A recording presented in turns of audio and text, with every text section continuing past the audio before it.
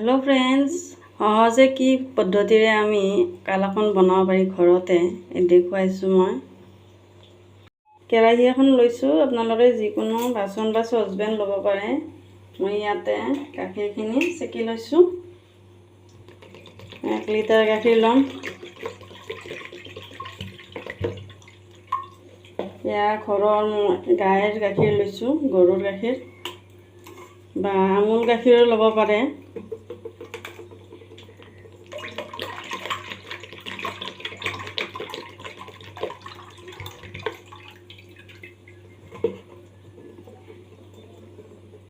প্ৰথমতে মই গেছটো জ্বলাই দিছো আৰু গাখীৰখিনি মই পাক আহিবলৈ দিম গাখীৰখিনি উতলি থাকিবলৈ দিব এনেকুৱাকে লৰাই থাকিব লাহে লাহে কমি আহি থাকিব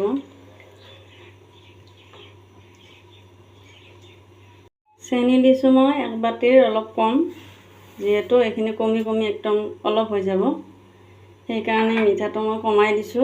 লাগিলে পিছত আৰু চেক কৰি দিব পাৰি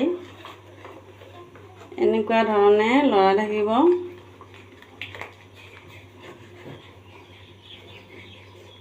ইলাচি 4টা মই আদা নহৰু খুনাত মই খুন্দি থেতা দি লৈছো যদি আপোনালোকৰ ইলাচি পাউডাৰ আছে হেয়াও দিব পাৰে কিন্তু গন্ধটো ভাল হয় মিঠাইত ইলাচিটো দিলে দেখিছেনে আদা হৈছে কমি কমি আহি আছে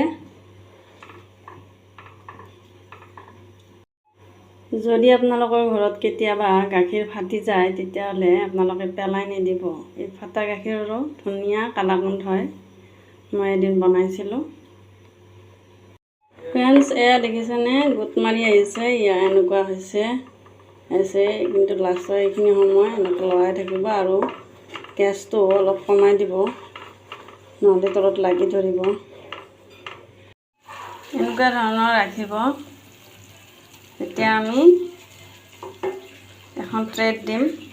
বাটি এটা লৈছো মই ইয়াতে ৰিফাইন তেলেৰে ধুনীয়াকৈ মুচি লৈছো লৈ বেটাৰখিনি দি দিলো এতিয়া মই এটা চেপ দি দিম মই 4 পিচ কৰিলো 1 লিটাৰ গাখীৰৰ ইমানখিনিয়ে হয় কিন্তু